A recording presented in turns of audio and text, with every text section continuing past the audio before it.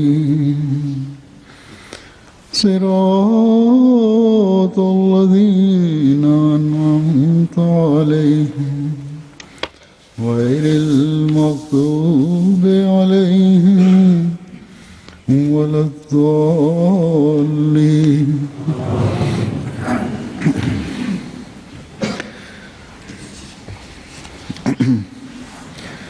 آج میں پھر صحابہ حضرت مسیح موعود علیہ الصلوۃ والسلام کے کچھ واقعات پیش کروں گا جو ان کے احمدیت قبول کرنے کے بعد جرأت اور شجاعت سے متعلق ہیں۔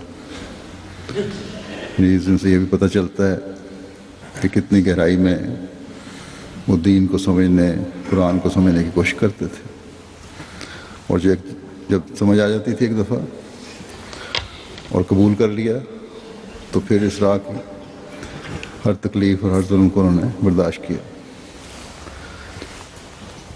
رجسٹر روایات صحابہ سے مختلف عنوانوں کے تحت میں نے واقعات اکٹھے کروائے ہیں جو وقتاً پیش کرتا رہوں گا مختلف وقتوں میں۔ بہرحال اس وقت چند واقعات ہیں جن سے ان کی شجاعت اور دلیری کا بھی اظہار ہوتا ہے۔ میاں عبدالعزیز صاحب المعروف مغل صاحب رضی اللہ تعالیٰ عنہ بیان کرتے ہیں کہ میں اور ایوب بیگ مولوی عبداللہ ٹونکی کے مکان پر گئے اور مولوی عبداللہ کو مرزا ایوب بیگ صاحب نے پوچھا کہ آپ نے ہم کو اور ہمارے آقا کو یعنی حضرت مسیح موعود علیہ الصلوۃ والسلام کو کافر کیوں کہا ہے؟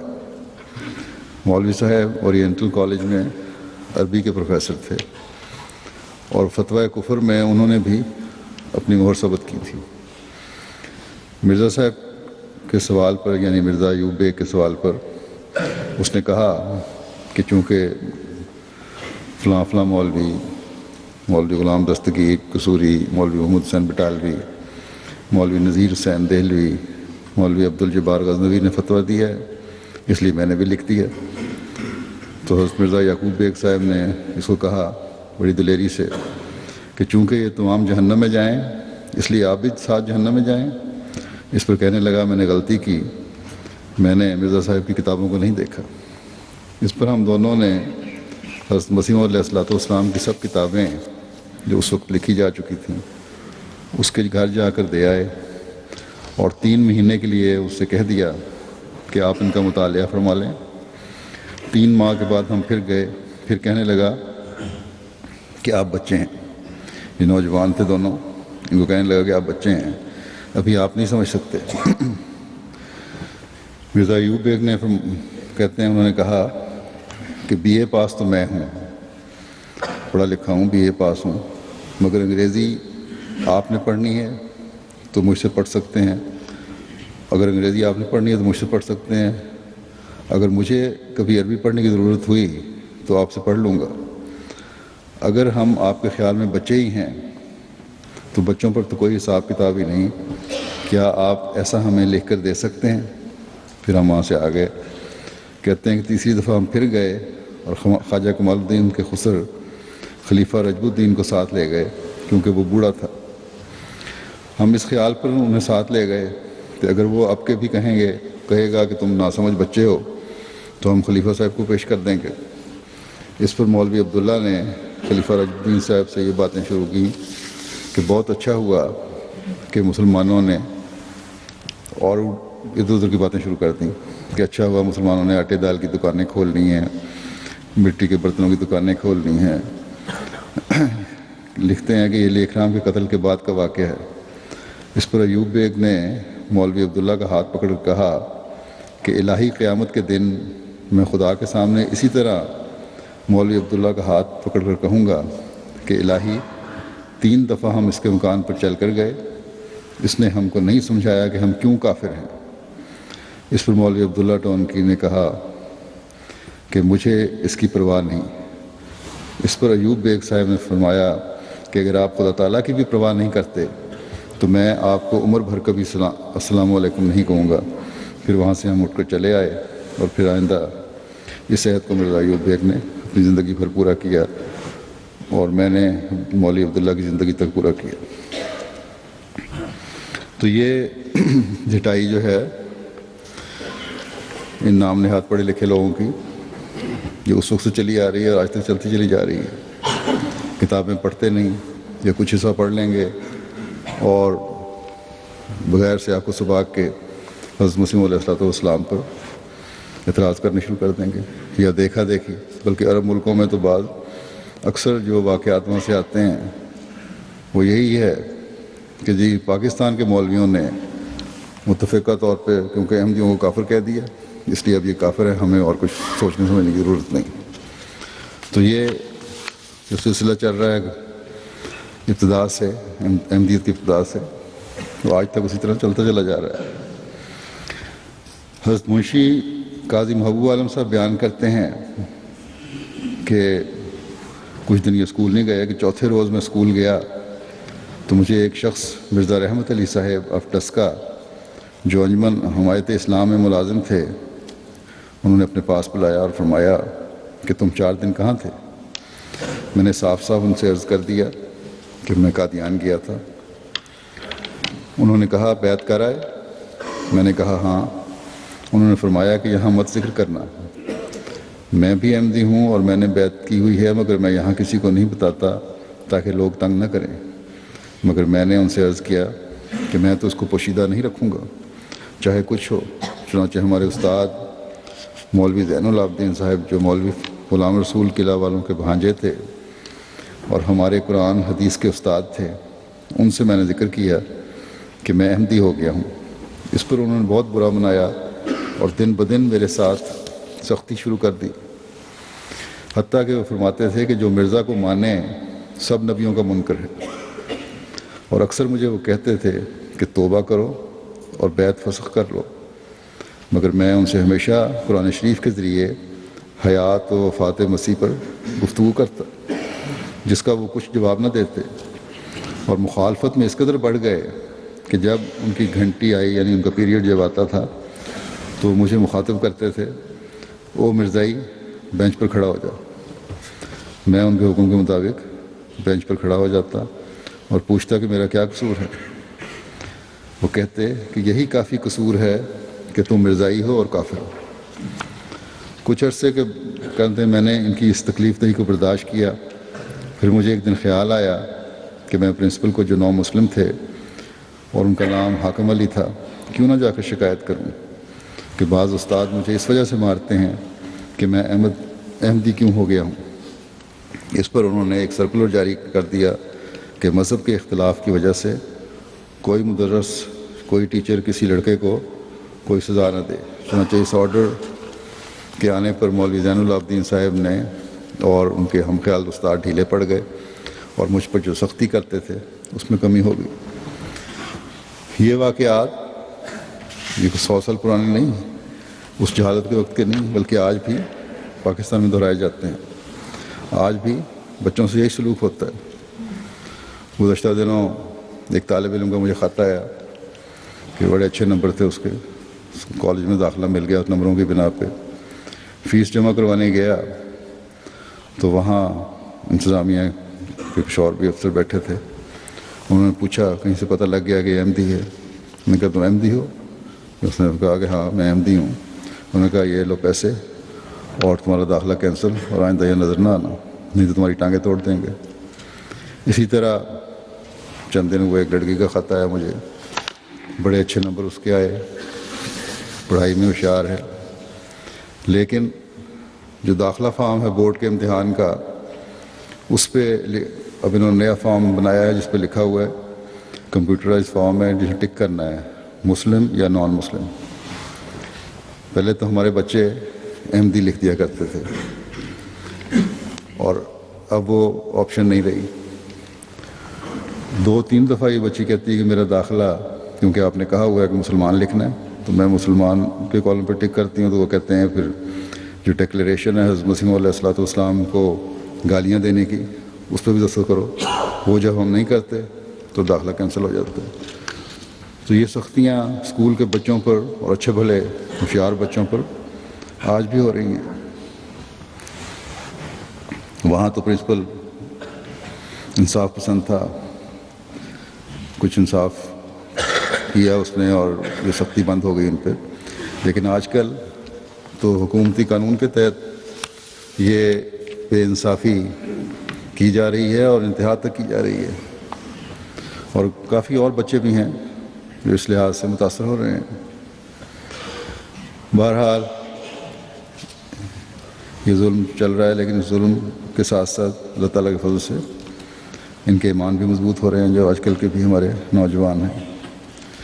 اسی طرح مہر غلام حسن صاحب بیان کرتے ہیں اپنی بیعت کا واقعہ کہ میں اور مولوی فیض الدین صاحب بیٹھے تھے، ایک شخص بنام رحیم بخش صاحب قوم دردی یہاں آیا، آ کر کہنے لگا کہ مولوی صاحب آج طبیعت بہت پریشان ہے۔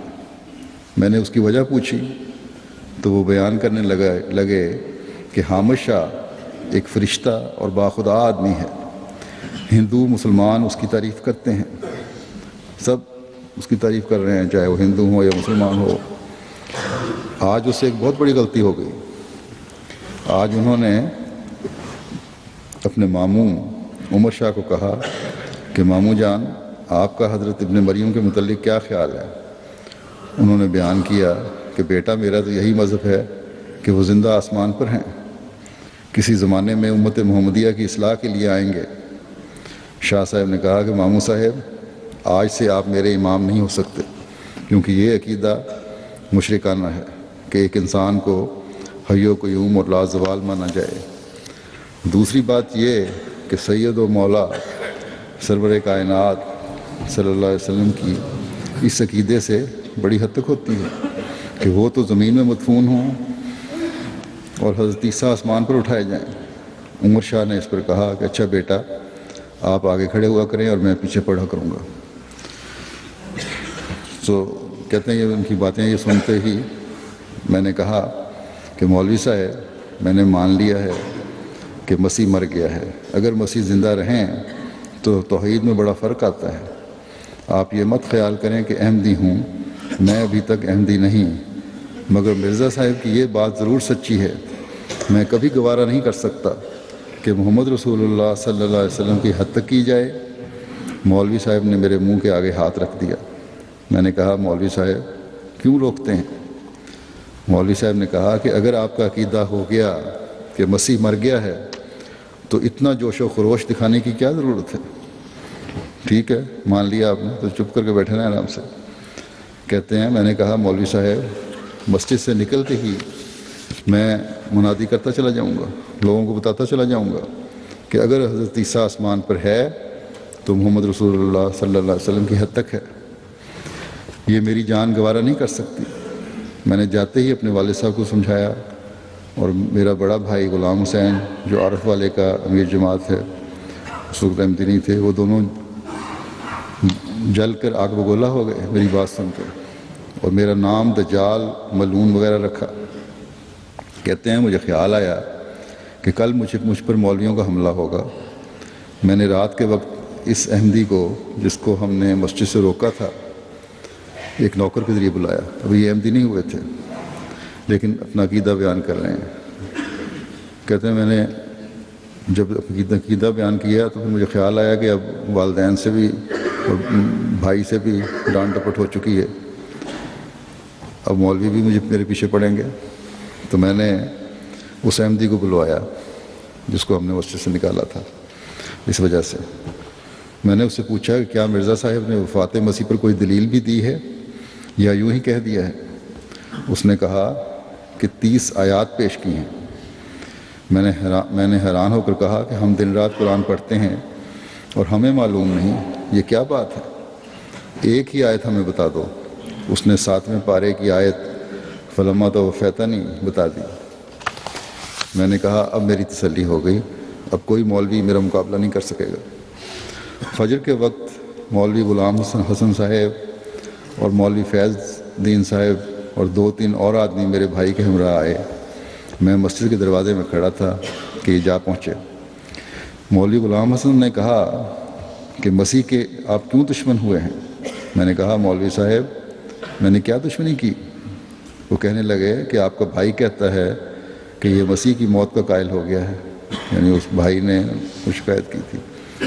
تو میں نے کہا مولوی صاحب کیا کریں، وہ تو خود اپنی موت کا اقرار کر رہا ہے اور آپ کی مثال مدعی سست اور گواہ چست کی ہے۔ مولوی صاحب نے کہا کہاں لکھا ہوا ہے یہ کہ مسیح نے خود اقرار کیا ہے اپنی وفات کا؟ میں نے کہا قرآن میں۔ وہ کہنے لگا کہ کون سا قرآن جو مرزا صاحب نے بنا دیا؟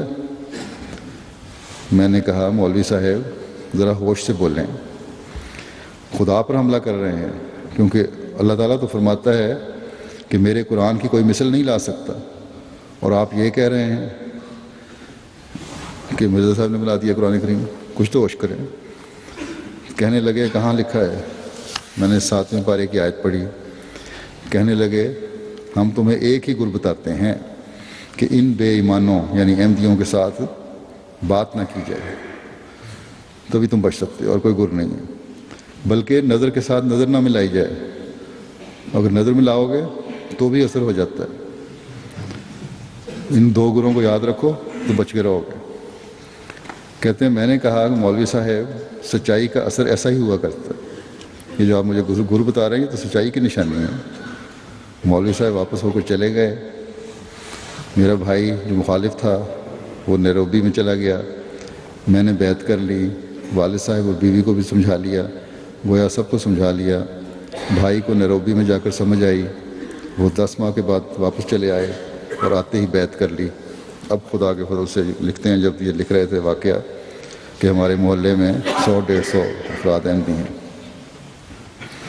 تو آج بھی یہی لوگوں کو کہا جاتا ہے کہ نہ ان سے بات کرو، نہ ان سے نظر ملاؤ۔ اور یہ آج کی بات نہیں ہے، آج سے 1400 سال پہلے بھی یہی کہا جاتا تھا۔ جب وہاں حضرت صلی اللہ علیہ وسلم نے دعویٰ فرمایا تھا، وہ مشہور واقعہ جو آتا ہے حضرت طفیل بن عمر دوسی کا، وہ کہتے ہیں مکہ میں آیا میں تو قریش نے مجھے کہا کہ تم ایک معزز اور سردار ہو اور سمجھدار شاعر ہو، تم ہمارے ملک میں آئے ہو، تمہیں بتانا چاہتے ہیں کہ ایک شخص نے ہمارے ملک درمیان دعویٰ کیا ہوا ہے اور ہمارے اندر تفرقہ ڈال دیا اور ہمیں پراگندہ کر دیا ہے۔ اس کے کلام میں جادو ہے جس سے باپ بیٹے اور بھائی بھائی اور میاں بیوی علیحدہ ہو جاتے ہیں۔ ہمیں ڈر ہے کہ آپ اور آپ کی قوم بھی اگر ان کی آپ نے باتیں سن لی تو وہی حال نہ ہو جائے جو ہمارا ہو رہا ہے، لہٰذا اس شخص سے نہ بات کرنا نہ اس کی بات سننا۔ کہتے ہیں انہوں نے اس قدر اصرار کیا کفار نے کہ میں نے فیصلہ کر لیا کہ میں آپ صلی اللہ علیہ وسلم کی بات نہیں سنوں گا، بلکہ جب مسجد کیا تو اس ڈر سے خانہ کعبہ میں کانوں میں روئی ڈالی کہ کہیں آپ کی کوئی بات میرے کانوں میں نہ پڑ جائے۔ تو حضرت صلی اللہ علیہ وسلم خانہ کعبہ میں نماز میں مشغول تھے، میں آپ کے پاس جا کر کھڑا ہو گیا، لیکن خدا تعالیٰ کی تقدیر نے آپ کا کچھ کلام مجھے سنوائی دیا جو مجھے اچھا لگا۔ تو میں نے دل میں کہا کہ تمہارا برا ہو، تم ایک زیرک انسان ہو، عقل مند ہو، شاعر ہو، اچھے برے کی تمیز جانتے ہو، اس شخص کا کلام سننا تو چاہیے، اگر باتیں اچھی ہوں گی تو مان لینا، اگر بری ہوئی تو ترک کر دینا۔ کہتے ہیں بہرحال میں وہیں ٹھہرا رہا یہاں تک کہ حضرت صلی اللہ علیہ وسلم نے اپنے گھر کے نماز ختم کی، گھر کی طرف روانہ ہوئے تو میں بھی آپ کے پیچھے چل پڑا، اور جب حضور کے گھر پہنچے تو میں آپ کے پاس حاضر ہوا اور عرض کی کہ اے محمد صلی اللہ علیہ وسلم، آپ کی قوم نے مجھے آپ کے بارے میں یہ باتیں بتائی ہیں اور انہوں نے مجھے اس قدر اصرار سے ڈرایا ہے کہ میں نے ڈر کے اپنے کانوں میں روئی ٹھونس لی ہے، کہیں آپ کی کوئی بات میرے کانوں میں نہ پڑ جائے. لیکن خدا تعالیٰ کی تقدیر نے مجھے کچھ باتیں سنوا دی ہیں اور مجھے بہت اچھی لگیں. اب میں آپ کی باتیں سننا چاہتا ہوں. اس پر حضرت صلی اللہ علیہ وسلم نے اسلام کے بارے میں بتایا اور قرآن کریم سنایا، اور کہتے ہیں کہ خدا کی قسم میں نے اس سے خوبصورت کلام کبھی نہیں سنا تھا اور اس سے زیادہ درست بات نہ سنی تھی. چنانچہ انہوں نے کلمہ پڑھا اور اسلام قبول کر لیا. تو یہ ہمیشہ سے مخالفین کا طریقہ چلا آ رہا ہے. جادو اگر ہوتا ہے تو مخالفین کی طرف سے ہوتا ہے، کبھی انبیاء کی طرف سے نہیں ہوا. اللہ تعالیٰ نے تو یہی دلیل دی ہے کہ جادو کبھی کامیاب نہیں ہوتا، اور اگر یہ جادو کامیاب ہو رہا ہے ان کے نزدیک تو پھر اس کو قرآنی دلیل کے مطابق تو پھر یہ جادو نہیں بلکہ سچائی ہے، جس کو ان کو بھی قبول کر لینا چاہیے. اسی طرح حضرت خلیفہ نور الدین صاحب سکنہ جموں، یہ جموں کے رہنے والے تھے، خلیفہ نور الدین کہلاتے تھے. یہ لکھتے ہیں کہ میں مولوی عبدالواحد صاحب غزنوی کو 1 سال تک سمجھاتا رہا. انہوں نے ایک بار مجھ سے کہا کہ مرزا صاحب پر علماء نے کفر کے فتوے لگائے ہیں. میں نے کہا تمہارے باپ پر بھی تو مولویوں نے کفر کا فتویٰ لگایا تھا. اس کے بعد انہوں نے ایک مولوی صاحب غالباً مولوی محمد لکھو کے والے کے متعلق کہا کہ اسے بھی الہام ہوتا ہے. اس سے لکھ کر پوچھتا ہوں کہ مرزا صاحب کے دعویٰ کے متعلق خدا کا کیا حکم ہے. 1 ماہ بعد اس مولوی کا یہ جواب آیا کہ میں نے دعا کی تھی. جواب سنا ذرا مولوی صاحب کا. میں نے دعا کی تھی، خدا کی طرف سے جواب ملا ہے کہ مرزا صاحب کافر. میں بدروا کام پر گیا ہوا تھا. جب جموں واپس آیا تو مجھے خط دکھلایا گیا.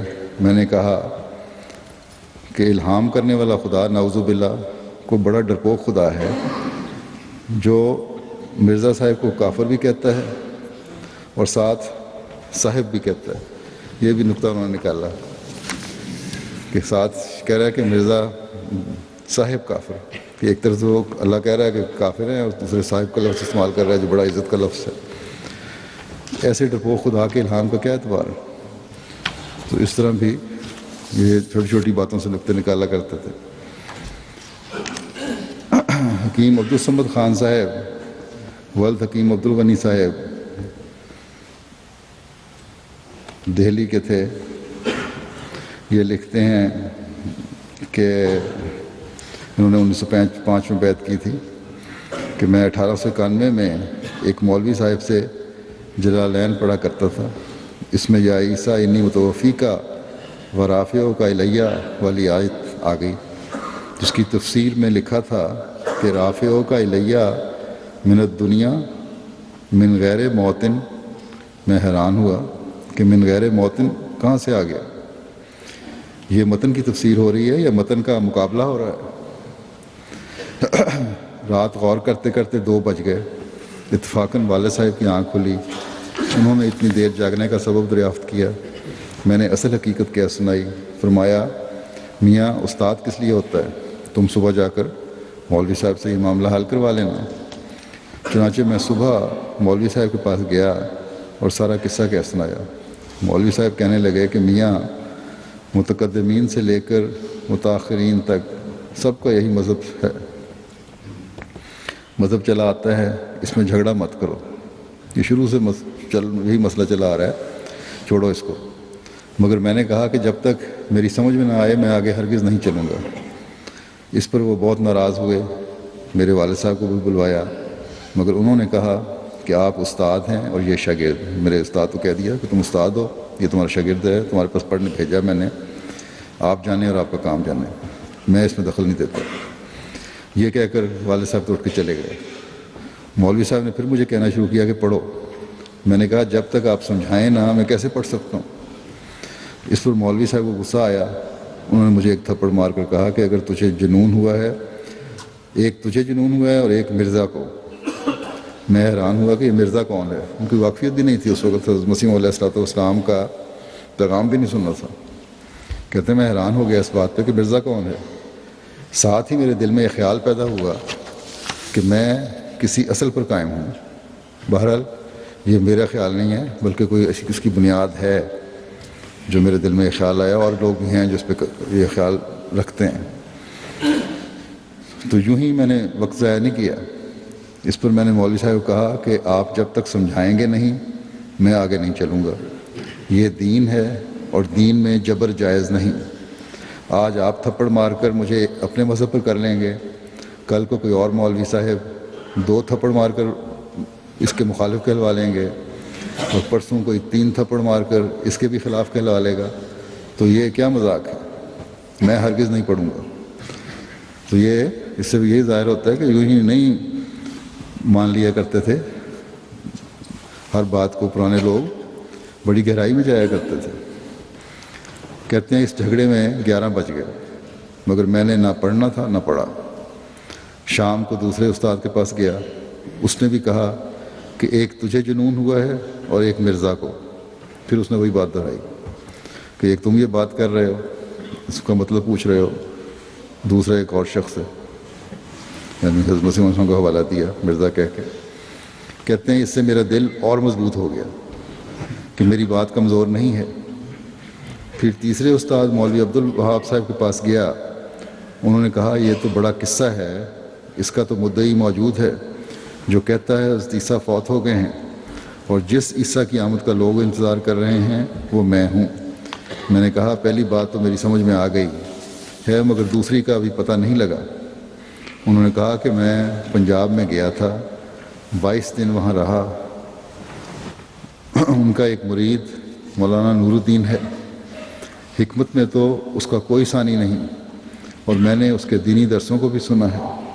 بڑے بڑے مولوی اس کے سامنے دم نہیں مار سکتے. انہوں نے اپنی بیعت کا ذکر نہ کیا.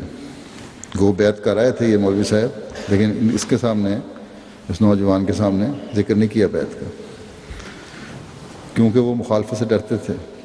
مجھے کہنے لگے کہ اونچا مت بولو، مولوی عبدالغفور صاحب سن لیں گے.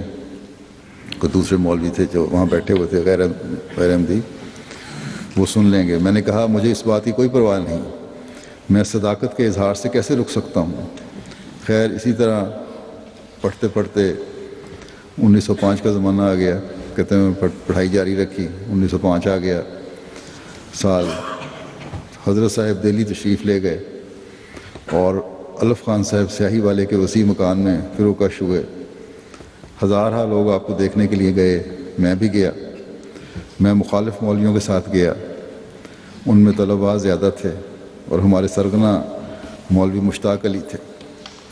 انہوں نے حضرت صاحب پر کچھ اعتراض کرنے شروع کیے، جس پر حضرت صاحب نے فرمایا کہ آپ ٹھہر جائیں، اور حضرت مفتی صادق صاحب سے کاغذ اور قلم دوات لے کر ایک مضمون لکھا اور وہ مولوی مشتاق علی صاحب کو دیا کہ آپ اسے پڑھ لیں. اگر کوئی لفظ سمجھ نہ آئے تو مجھ سے دریافت کر لیں، اور ساتھ ہی اس کا جواب بھی لکھ لیں. رسول اللہ علیہ السلام نے وہیں ایک مضمون چھوٹا سا لکھا، اس غیر احمدی مولوی کو دیا کہ اسے پڑھ لیں، اور سمجھ نہ آئے تو مجھ سے پوچھ لیں، اور ساتھ اس کا آپ خود جو میں نے مضمون لکھا ہے اس کا جواب مجھے جواب لکھ دیں. اور پھر یہ کہا حضرت مسیح علیہ السلام نے کہ پہلے اس غیر احمدی مولوی کو کہ پہلے آپ میرا مضمون سنا دیں خود ہی پڑھ کے، اس کے بعد اس کا جواب جو آپ لکھیں گے وہ سنا دیں. تو مولوی صاحب نے بغیر جواب لکھے حضرت مسیح موعود علیہ السلام کا مضمون سنانا شروع کر دیا. حضرت صاحب نے پھر فرمایا کہ اگر جواب آپ لکھ لیتے تو اچھا تھا، خود بھی اس کا جواب لکھ لیتے تاکہ وقت نہ ضائع ہوتا. مگر انہوں نے کہا نہیں. حضرت مسیح موعود علیہ السلام کا مضمون پڑھنا شروع کر دیا کہ میں زبانی جواب دے دوں گا، مجھے لکھنے کی ضرورت نہیں ہے آپ کے اس مضمون کے جواب کی. خیر انہوں نے حضرت صاحب کا مضمون پڑھ کر سنا دیا، اور اس کے بعد جب سنا دیا سارا مضمون پڑھ کے تو دیر تک خاموش کھڑے رہے، جواب نہیں دے سکے. ساتھ کے طلباء میں سے بعض نے کہا کہ اگر ہم کو یہ معلوم ہوتا کہ آپ جواب نہیں دے سکیں گے تو ہم کسی اور کو سرگنا بنا لیتے. آپ نے ہمیں بھی شرمندہ کیا. اس پر مولوی صاحب نے ایک طالب علم کو تھپڑ مارا. جواب تو آیا نہیں، غصے میں تھپڑ مار دیا. اس نے مولوی صاحب کو مارا، اس نے بھی جواب میں آگے سے مار دیا. مفتی صاحب نے احمدی ہمارے مفتی محمد صادق صاحب تھے، انہوں نے ان دونوں غیر احمدیوں کی لڑائی چھڑا دیا۔ اس کے بعد حضرت مسیح موعود علیہ السلام کی تقریر شروع ہو گئی، اور حضرت صاحب کی تقریر میں لوگوں نے کچھ شور کیا۔ جماعت کے لوگوں نے حضرت صاحب کے گرد گھیرا ڈال لیا، اس میں کچھ تھوڑی سی جگہ کھلی رہ گئی۔ کہتے ہیں میں وہاں جا کے کھڑا ہو گیا، ابھی احمدی نہیں ہوئے تھے۔ تو اکبر خان ایک احمدی چپڑاسی تھے، انہوں نے مجھ کو مخالف سمجھ کر دھکا دے کر وہاں سے ہٹا دیا۔ تھوڑی دیر کے بعد پھر میں وہاں کھڑا ہو گیا، دل میں تھوڑی سی ایک محبت پیدا ہو چکی تھی حضرت مسیح موعود علیہ السلام کے لیے، اس لیے وہ خالی جگہ دیکھ کے وہاں کھڑے ہو گئے، کوئی نقصان نہ پہنچائے۔ کہتے ہیں اس نے پھر مجھے دھکا دیا، دھکا دینے کے لیے آگے بڑھے جب وہ دوبارہ، تو حضرت مولوی نور الدین صاحب خلیفہ اول نے ان کو روکا کہ کیوں دھکا دیتے ہو؟ اکبر خان نے کہا کہ حضور یہ مخالف ہے۔ مولوی صاحب نے کہا کہ تم نے اس کا دل چیر کر دیکھ لیا ہے، جو آتا ہے اس کو آنے دو۔ اس کے بعد مولوی چمریا والا کھڑا ہو گیا، وہ بھی کوئی نام تھا مولوی چمریا والا، اس نے حضرت صاحب کے متعلق بعض بیہودہ الفاظ کہے۔ اس پر میں نے کہا کہ او چمریا والے، زیادہ بکواس کی تو تیری زبان پکڑ کر کھینچ لوں گا۔ اس پر حافظ عبد المجید نے اس کو منع کیا کہ اس وقت اپنی فوج کی سپاہ بگڑ رہی ہے، کہ اپنے لوگ جو ہیں اس وقت خاموش رہو اور اخلاق کے دائرے سے باہر نہ نکلو، کیونکہ اپنے لوگ جو ہیں وہ بگڑ رہے ہیں، ہمیں اپنوں سے ہی مار پڑ جانی ہے، اس لیے خاموش کھڑے رہو، لہٰذا تم خاموش رہو۔ کہتے ہیں حضرت صاحب نے تقریر میں فرمایا کہ اللہ تعالیٰ نے مجھے مسیح موعود بنا کر بھیجا ہے، اور فرمایا کہ جو لوگ اپنی کم علمی کی وجہ سے میرے متعلق فیصلہ نہیں کر سکتے، وہ اس دعا کو کثرت سے پڑھیں جو اللہ تعالیٰ نے ان کی 5 وقتہ نمازوں میں بتلائی ہے، کہ اہدنا الصراط المستقیم صراط الذین انعمت علیہم۔ چلتے پھرتے، اٹھتے بیٹھتے، ہر وقت کثرت سے پڑھیں، زیادہ سے زیادہ 40 روز تک اگر نیک نیتی سے پڑھیں گے تو اللہ تعالیٰ ان پر حق ظاہر کر دے گا۔ کہ میں نے تو کہتے ہیں میں نے تو اسی وقت سے شروع کر دیا، مجھ پر تو ہفتہ گزرنے سے پہلے ہی حق کھل گیا۔ میں نے دیکھا کہ حامد کے محلہ کی مسجد میں ہوں، حامد کے جگہ کا نام ہے محلہ، حامد کے محلے کا نام ہے، کہ مسجد میں ہوں، وہاں حضرت مسیح موعود علیہ السلام تشریف لائے ہیں، خواب میں دیکھا انہوں نے۔ میں حضرت صاحب کی طرف مصافحہ کرنے کے لیے بڑھنا چاہتا تھا کہ ایک نابینا مولوی نے مجھ کو روکا، دوسری طرف سے میں نے بڑھنا چاہا تو اس نے ادھر سے بھی روک لیا، پھر تیسری طرف مرتبہ میں نے آگے بڑھ کر مصافحہ کرنا چاہا تو اس نے پھر مجھ کو پھر روکا۔ تب مجھے غصہ آ گیا اور میں نے اسے مارنے کے لیے ہاتھ اٹھایا۔ حضرت صاحب نے خواب بتا رہے ہیں کہ حضرت صاحب نے خواب میں مجھے فرمایا کہ نہیں، غصہ نہ کرو، مارو نہیں۔ میں نے عرض کیا کہ حضور میں تو حضور سے مصافحہ کرنا چاہتا ہوں اور یہ مجھ کو روکتا ہے۔ اتنے میں میری آنکھ کھل گئی۔ میں نے صبح میر قاسم علی صاحب اور مولوی محبوب احمد اور مستری قادر بخش کے سامنے یہ واقعہ بیان کیا۔ میر صاحب نے کہا اسے لکھ دو، میں نے لکھ دیا۔ انہوں نے کہا کہ اس کے نیچے لکھ دو کہ میں اپنے اس خواب کو حضور کی خدمت میں ذریعہ بیعت قرار دیتا ہوں۔ میں نے لکھ دیا۔ مولوی محبوب احمد صاحب جو غیر احمدی تھے، انہوں نے کہا کہ تم کو اپنے والد کا مزاج بھی معلوم ہے، وہ ایک گھڑی بھر بھی تم کو اپنے گھر نہیں رہنے دیں گے۔ میں نے کہا مجھے اس کی کوئی پرواہ نہیں۔ خیر حضرت صاحب نے بیعت منظور کر لی اور مجھے لکھا کہ تمہاری بیعت قبول کی جاتی ہے، اگر تم پر کوئی گالیوں کا پہاڑ کیوں نہ توڑ دے، نگاہ اٹھا کر مت دیکھنا، چاہے جتنی مرضی گالیاں پڑیں تو انہیں کوئی جواب نہیں دینا۔ اب پھر کہتے ہیں میں اصل واقعے کی طرف آتا ہوں۔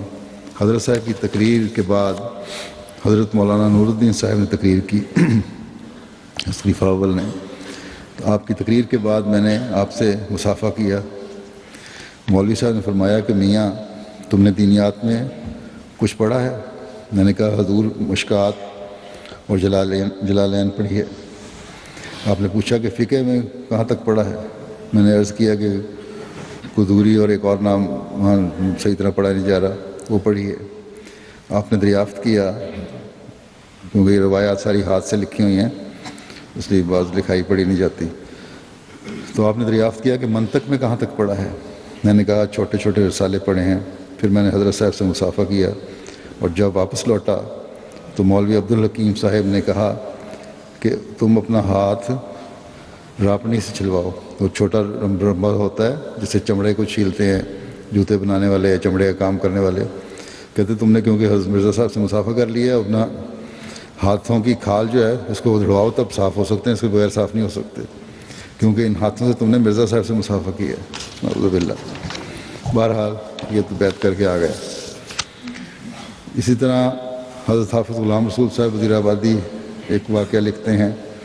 کہتے ہیں کہ وزیر آباد میں سمن راجگان کو جو وزیر آباد کے شمالی حصے میں موجود ہے ایک بڑا مکان جس میں ریاست راجوری کشمیر کے راجے مسلمان رہتے ہیں، ایک شخص مسمہ اللہ والے نے راجہ عطا اللہ خان صاحب مرحوم سفیر کابل کو جا کر کہا کہ یوں ہی لوگ غلام رسول کے پیچھے پڑ گئے ہیں. راجہ صاحب نے فرمایا تو پھر کیا ہے؟ یہ احمدی ہو گئے تھے. ان کا یوں ہی پڑ گئے ہیں. حافظ صاحب کو لاؤ یہاں آ کر بیان کر دیں کہ ہم مسیح کا رفع جیسا قرآن مجید میں موجود ہے مانتے ہیں، اور نزول مسیح جب حدیثوں میں آیا ہے وہ بھی بیان کر دیں. چنانچہ شہر میں منادی کی گئی اور مسلمانوں کے تمام فرقے ہزاروں کی تعداد میں جمع ہو گئے. میں جانتا تھا کہ جو میں نے کہنا ہے، اور یہ بھی میں جانتا تھا، یہ احمدی ہو چکے تھے کہ غلام رسول صاحب وزیر آبادی کہتے ہیں میں جانتا تھا جو میں نے کہنا ہے، اور یہ بھی جانتا تھا کہ میری بات کو کسی نے نہیں سمجھنا. اشاروں میں بات کروں گا. صرف ایک شخص ہے جس کا نام حکیم سلطان علی تھا، وہ میرے خاندان کا آدمی تھا. اگر کوئی سمجھا تو وہ سمجھے گا. الغرض جب میں پہنچا تو راجہ صاحب نے فرمایا کہ مسمہ اللہ رکھے، اللہ والے نے کہا ہے کہ حافظ صاحب مسیح کا رفع اور نزول مانتے ہیں، کیا یہ سچ ہے؟ میں نے کہا بے شک. لوگ سب خاموش ہو جائیں تو میں بیان کر دیتا ہوں. چنانچہ جب سب خاموش ہو گئے، ہزارہ کے مجمع میں میں اکیلا احمدی تھا. اس وقت میں نے کہا سنو لوگو، جب قرآن مجید میں مسیح کا رفع آیا ہے اور جس طرح حدیث شریف میں نزول کا ذکر آیا ہے، میں اس کو برحق مانتا ہوں. جو اس کو نہیں مانتا میں اس کو بے ایمان جانتا ہوں. اتنا لفظ کہنا تھا کہ مخلوق میں آفرین مبارکبادی کے الفاظ بے ساختہ حاضرین کی زبان سے بآواز بلند شروع ہو گئے اور شور پڑ گیا. میں نے اس وقت جلدی مجلس سے نکلنا غنیمت سمجھا اور نکل گیا. مگر میرے نکل آنے کے بعد اس شخص حکیم سلطان علی نے میرے خیال کے مطابق جب کہ میں نے سوچا ہوا تھا، جیسا کہ میں نے سوچا ہوا تھا، راجہ صاحب کو کہہ دیا کہ تم لوگوں نے کچھ نہیں سمجھا، وہ تمہاری آنکھوں میں خاک جھونک کر چلا گیا، اس کو پھر بلاؤ. چنانچہ سمن کے دروازے سے نکلتے ہی کچھ آدمی میری تلاش کے لیے آئے کہ مجھے واپس لے جائیں، مگر میں کسی اور راہ سے نکل کر گھر پہنچ گیا. رات خیر خیر سے گزری تو بعد از فجر راجہ صاحب کا ایک پیغامبر بابو فضل الدین صاحب میرے پاس پہنچا اور کہا کہ راجہ صاحب اور دیگر اہل محلہ کہتے ہیں کہ رفع اور نزول کے فکروں سے ہمیں اطمینان نہیں ہوا. میں نے کہا پھر کس طرح اطمینان ہو؟ اس نے کہا کہ راجہ صاحب وغیرہ کہتے ہیں کہ جب تک آپ مرزا صاحب کو کافر نہ کہیں ہم نہیں مانتے. میں نے کہا میں کافر کیوں کہوں؟ اس نے کہا مولوی جو کہتے ہیں. میں نے کہا چونکہ مولوی مرزا صاحب کو کافر کہتے ہیں میں بھی ان کو کافر کہتا ہوں، یعنی مولویوں کو دل میں کہا کہ مولویوں کو کافر کہتا ہوں، ان کو کافر کہتا ہوں. نیت میری یہی تھی کہ مولویوں کو کافر کہتا ہوں. اب وہ مطمئن ہو کر چلا گیا. جب مجلس میں جا کر کہا کہ لو جی اب تو مرزا صاحب کو بھی اس نے کافر کہہ دیا، پھر وہی سلطان علی بولا کہ میاں تم دوبارہ آنکھوں میں خاک ڈلوا آئے ہو، اس نے تو مولویوں کو کافر کہا ہے، یہ نہیں. پھر جاؤ جا کے کہو کہ یہ لفظ لکھتے کہ میں مرزا غلام احمد قادیانی علیہ السلام کو نعوذ باللہ کافر کہتا ہوں. پھر وہ آیا مجھ سے یہ کہلوانا چاہا. آخر 2 دن گزر گئے تھے، میرا دل بھی کچھ دلیر ہو گیا تھا. پھر میں نے صاف کہہ دیا کہ بھائی جو کچھ میں نے کہا تھا وہی ٹھیک ہے، یعنی مرزا صاحب کو جو کافر کہتے ہیں میں ان کو کافر سمجھتا ہوں. بس پھر تو وہ مایوس ہو گئے. الیوم یائس الذین کفروا من دینکم فلا تخشوہم واخشون، یعنی قرآن شریف کی آیت انہوں نے یہاں لکھی ہوئی ہے کہ آج کے دن وہ لوگ جو کافر ہوئے تمہارے دین سے مایوس ہو چکے ہیں، بس تم ان سے نہ ڈرو. اللہ تعالیٰ کو فرماتا ہے کہ ان سے نہ ڈرو بلکہ مجھ سے ڈرو. بس کہتے ہیں بس پھر مقدمات شروع ہو گئے، یہاں تک کہ جن لوگوں پر کبھی بھی جھوٹ بولنے کی امید نہ تھی انہوں نے مجھے نقصان پہنچانے کے لیے کھلم کھلا عدالتوں میں جھوٹ بولے، ان کے خلاف مقدمے شروع ہو گئے. مگر میں نے ان کی کوئی پرواہ نہ کی، نہ کرتا ہوں۔ الغرض میں نے یہ واقعہ جو مرزا صاحب کو کافر سمجھتے ہیں ان کو کافر کہتا ہوں، حضرت مسیح موعود علیہ السلام کے حضور بیان کیا تو حضور کھلکھلا کر ہنسے۔ حضور نے فرمایا کہ دیکھو کتمان ایمان کا بھی ایک درجہ ہوتا ہے، یعنی ایمان کو چھپانے کے لیے یا فساد سے بچنے کے لیے اخفا رکھنا ایک درجہ ہوتا ہے، جیسا کہ سورۃ المومن میں وقال رجل مومن من آل فرعون یکتم ایمانہ آیا ہے۔ آپ نے بہت اچھا کیا کہ موقع شناسی کر کے شریروں سے اپنی جان بچا لی۔ بس یہ داستانیں ہیں جو احمدیوں پر سختیوں کی داستانیں ہیں، انہیں حق سے ہٹانے کی داستانیں ہیں، انہیں خوف زدہ کرنے کی داستانیں ہیں۔ یہ پرانے قصے نہیں، بلکہ جیسا کہ میں نے پہلے بھی کہا، آج 123 سال گزرنے کے بعد بھی یہی کچھ احمدیوں سے روا رکھا جا رہا ہے۔ لیکن احمدیت کا قافلہ اللہ تعالیٰ کے فضل سے اس سب مخالفت کے باوجود آگے سے آگے بڑھتا چلا جا رہا ہے، اور انشاءاللہ تعالیٰ بڑھتا چلا جائے گا۔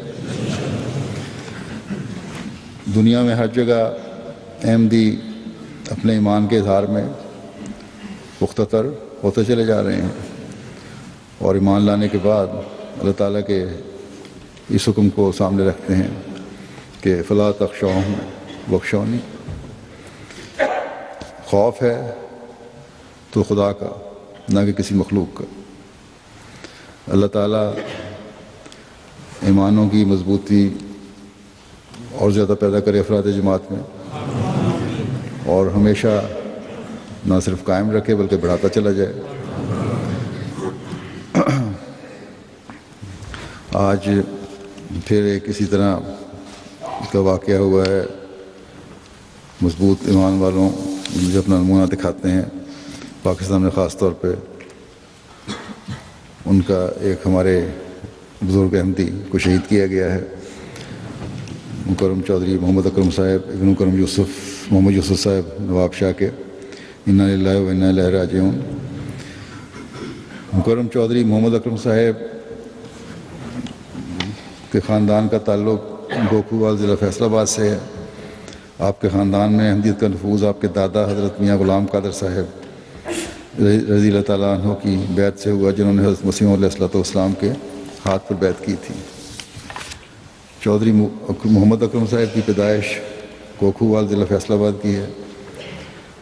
آپ کی عمر 80 سال تھی جب آپ کی شہادت ہوئی ہے،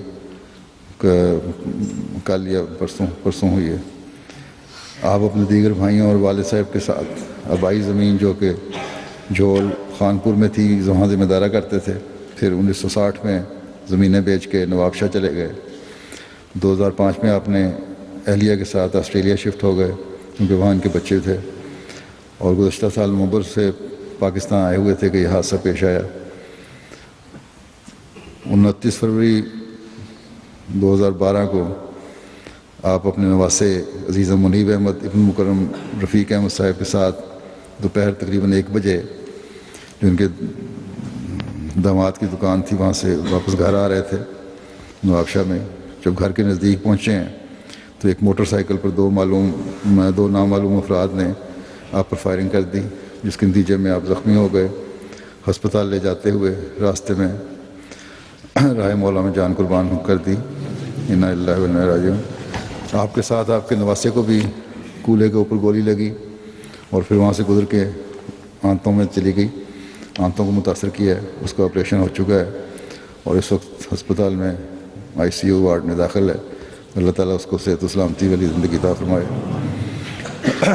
شہید مرحوم نے 1960 میں نواب شاہ شفٹ ہونے کے بعد اپنے کاروبار کے ساتھ جماعتی طور پر بھی بہت خدمت کی ہے۔ اس وقت سے لمبا عرصہ انہوں نے خدمت کی توفیق پائی۔ تقریباً 35 سال تک بطور سیکریٹری مال نواب شاہ ضلع اور شہر کے فرائض سر انجام دیتے رہے۔ اسی طرح نائب امیر ضلع کے طور پر بھی خدمات بجا لاتے رہے۔ شہید مرحوم اعلیٰ اخلاق کے مالک تھے، عبادت گزار، تہجد کو باقاعدہ اہتمام کرنے والے، انتہائی زیرک اور معاملہ فہم انسان تھے، اور بعض لوگوں نے مجھے بتایا ہے چندوں سیکٹری مال جب رہے ہیں تو بھی یہ نہیں ہوا، اگر کسی نے کہا نا کہ میں نے چندہ دینا ہے تو فون پہ بھی اطلاع دی کہ آج میں چندہ دینا ہے، تو اس کے بجائے اس کے کہ اس کو کہتے کہ تم لے آؤ میرے پاس، خود اس کے گھر پہنچ جاتے تھے اور فوری طور پر چندہ وصول کر کے رسید کاٹا کرتے تھے۔ جماعت کا درد رکھنے والے تھے، فلاحی کاموں میں بڑا بڑھ چڑھ کر حصہ لیتے تھے، خلافت سے عشق رکھنے والے، خطبات کو بڑے غور سے شوق سے سنتے تھے باقاعدہ۔ صدر صاحب جماعت نواب شاہ شہر بیان کرتے ہیں کہ آپ میں عہدے داران کی اطاعت کا جذبہ بہت زیادہ تھا۔ کہتے ہیں صدر صاحب کہتے ہیں کہ عمر میں بہت بڑے ہونے کے باوجود مجھ سے اطاعت اور ادب کے ساتھ پیش آتے تھے۔ اس وقت دفعہ جب آسٹریلیا سے آئے ہیں تو مجھ سے نادار اور غرباء کی فہرست تیار کروائی، جس میں احمدی اور غیر احمدی سب شامل تھے، اور ان کی باقاعدہ مدد کرتے رہے جتنی دیر وہاں رہے۔ اسی طرح نواب شاہ کا سینٹر کافی عرصے سے ایک سینٹر بند تھا، جو کہ آپ نے بڑی محنت اور کوشش کے ساتھ کھلوایا، اور پھر اس کی تعمیر کے حوالے سے کہا کہ آپ لوگ اس کی مزید جو تعمیر و مرمت کرنی ہے شروع کر دیں، میں آسٹریلیا واپس جا کر آپ کو تعمیر کے لیے رقم ضرور بھجواؤں گا۔ وہ تو اللہ تعالیٰ نے موقع نہیں دیا، اللہ کرے کہ جماعت خود وہاں اس کی مکمل کر لے تعمیر۔ ان کو شہادت کا بھی بہت شوق تھا۔ ان کی بہو کا بیان ہے کہ جب کسی کی شہادت کی خبر سنتے تو کہتے تھے کہ یہ اعزاز تو مقدر والوں کو ملتا ہے۔ آخر اللہ نے ان کی یہ خواہش پوری کر دی۔ شہید مرحوم نے لواحقین میں اہلیہ کے علاوہ 5 بیٹے اور 2 بیٹیاں چھوڑی ہیں۔ تمام بچے اللہ تعالیٰ کے فضل سے شادی شدہ ہیں۔ جیسا کہ میں نے کہا کہ بچے 4 بیٹے اور 1 بیٹی آسٹریلیا میں رہائش پذیر ہیں، 1 بیٹا اور 1 بیٹی نواب شاہ پاکستان میں رہائش پذیر ہیں۔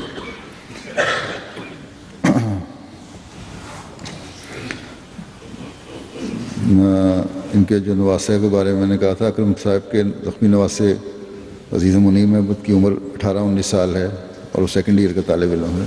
اللہ تعالیٰ اس کو شفائے کاملہ و عاجلہ عطا فرمائے۔ ابھی نمازوں کے بعد انشاءاللہ ان کا نماز جنازہ غائب ادا ہوگا اکرم صاحب کا۔